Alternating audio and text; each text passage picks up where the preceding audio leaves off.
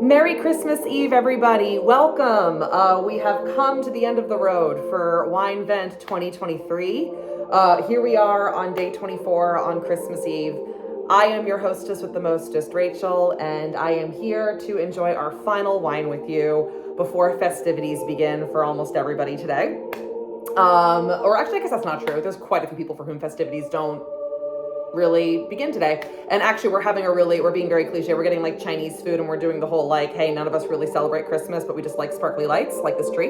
So my friends are coming over tonight and we're going to have Chinese food and just play games and be very non-Christmas specific about it and just enjoy hanging out. But I am going to make a mulled apple cider, which I'm super looking forward to. And I'm going to, right after this, go grab the apple cider for that. Or the apple juice for that. So let's go ahead and have our 24th and final wine. Let's see if we go out with a bang. It'd be really nice not to end on California. My hopes are not high. Reminder to click on the link in the bio and in my story for this full review. Let's see what we got. All right, day 24. Are we going out with a bang? All right, we're going out with a red. It is, okay, this is a pretty cool one to have be the last one. This is the Mr. B, so we're the little dog on the house's back. This is the Mr. B Barbera from Lombardia in Italy, 2020 vintage. I do love Barbera. Let's see if I like it as much as I apparently now love Côte d'Aron. Here we go. I'm going to be making my apple cider in my crock pot. I'm going to do like a slow cooker mold version. I have oranges and all the spices. I just need to go get the actual juice. All right. Here we go. The Mr. B Barbera, 13% alcohol by volume from Italy. We started this journey with Italy, and we are going to end this journey with Italy. Like I said yesterday when Kelly was here,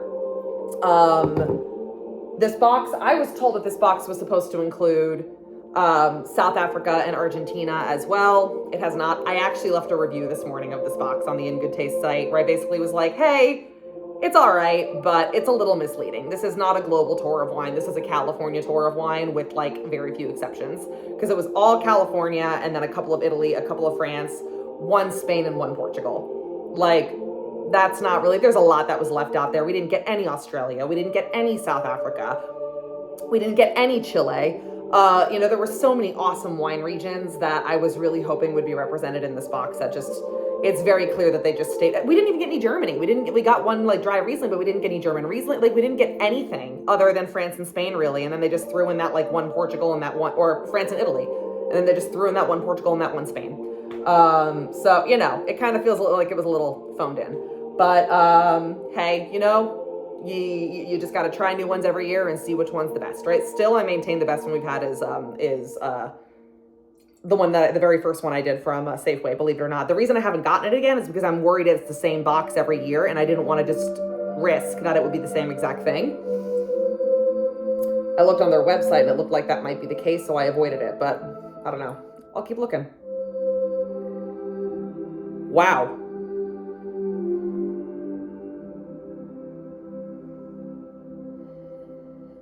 Okay.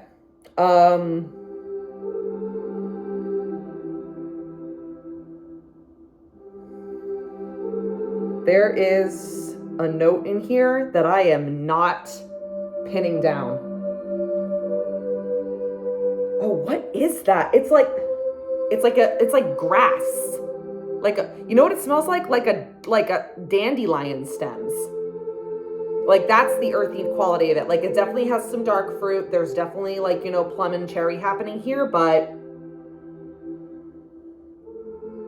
yeah, it smells like, when you were a kid and you would pick dandelions and then you would smell your hands afterwards and it was like that really like almost like bitter, herby, grassy like smell.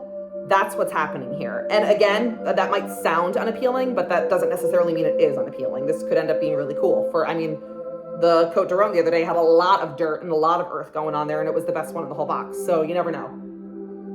Barbera is a little bit lighter in body typically, although the legs on this are quite decent.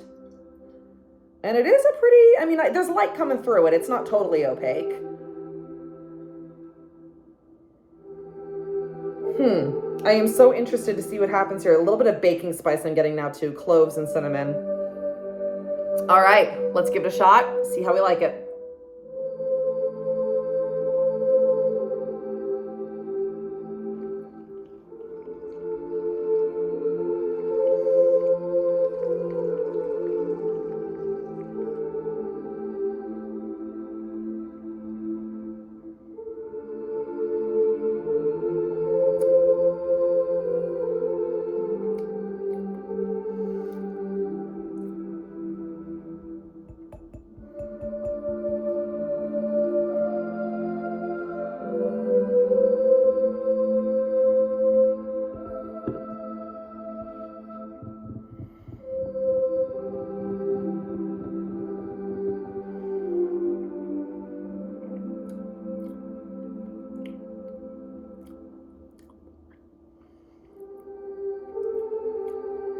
Okay. Raspberry for sure, like really ripe raspberry. Definitely a woodiness, like a cedar or pine wood. Not oak, not like the oakiness of vanilla, like a more earthy, dirty tree bark type of. It's very mild. It's very muted. It doesn't, it's, the taste is really subtle.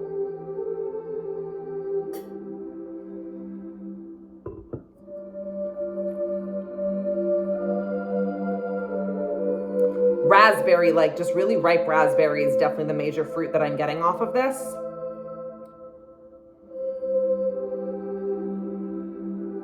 Not acidic at all. Very dry and just subtle. It's good. I don't dislike it. It's just, it's kind of like the red version of my problems with Pinot Grigio. It doesn't really taste like much. Like I'm getting the dry tartness. I am getting red raspberry for sure, and a woodiness that I really like. But it's like the flavor. Even those flavors are very muted, and it kind of just vanishes immediately. I mean, it's good. I definitely have no issue with this. It's a little bit understated for my taste. I'm gonna see what the powers that be say I should be experiencing on this final journey.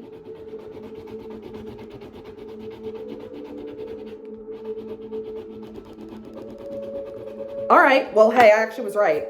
The first flavor is sour cherry, which yes, I can see that, but then the second flavor is raspberry, and then the third is spices, which I did get spices off the nose, and definitely on the palate it does show up there a little bit, but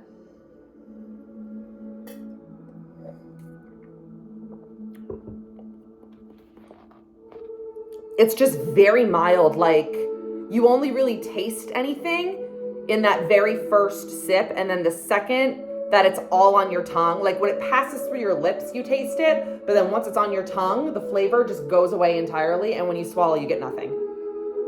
So, I mean, this is clean to the point where it's like too clean. You know what I mean? But it's not unpleasant. I'm actually probably going to finish this with my last piece of lasagna that I'm going to have for lunch, which is something that Barbera would absolutely pair well with. I'm going to see if maybe having a like nice fatty rich lasagna might bring out more flavors. I'll put in the notes what I find. But yeah, this is interesting. I prefer Chianti, I think, but here we go. All right. How many nutcrackers for the Mr. B Barbera from Italy? I'm going to go with 6. I think 6 is fair. It's higher than your average 5, but it is also, there's nothing really about it that makes me think it deserves to be like in the upper tier. But I do like the flavors enough when they're there to give it a little bit of an edge over the average. So we're gonna go with 6 nutcrackers for the, what is this called again? Dr. B? Mr. B Barbera from Italy, 2020 vintage. And that is our last wine of the year, ladies and gentlemen. So, and all those in between. So, yeah, let's end our year with 6 nutcrackers. I'm happy that it just wasn't a bust and that it wasn't from California. So, hey. Again, I always enjoy doing these videos. I love sharing them with you. Thank you very much for taking the time to join me on this journey this year. I will keep my my search going for the perfect Advent box. And I hope everybody has a wonderful and safe, lovely holiday season. Whatever it is you celebrate or don't celebrate, just enjoy the time off work if you get some. And I will be back next year with another round of this. That'll be our 5th subsequent year, and I'm really stoked about that. So once again, thank you, everybody. Merry Christmas, Happy New Year, Hanukkah, Kwanzaa, everything, all the holidays. And until we drink again next year, cheers.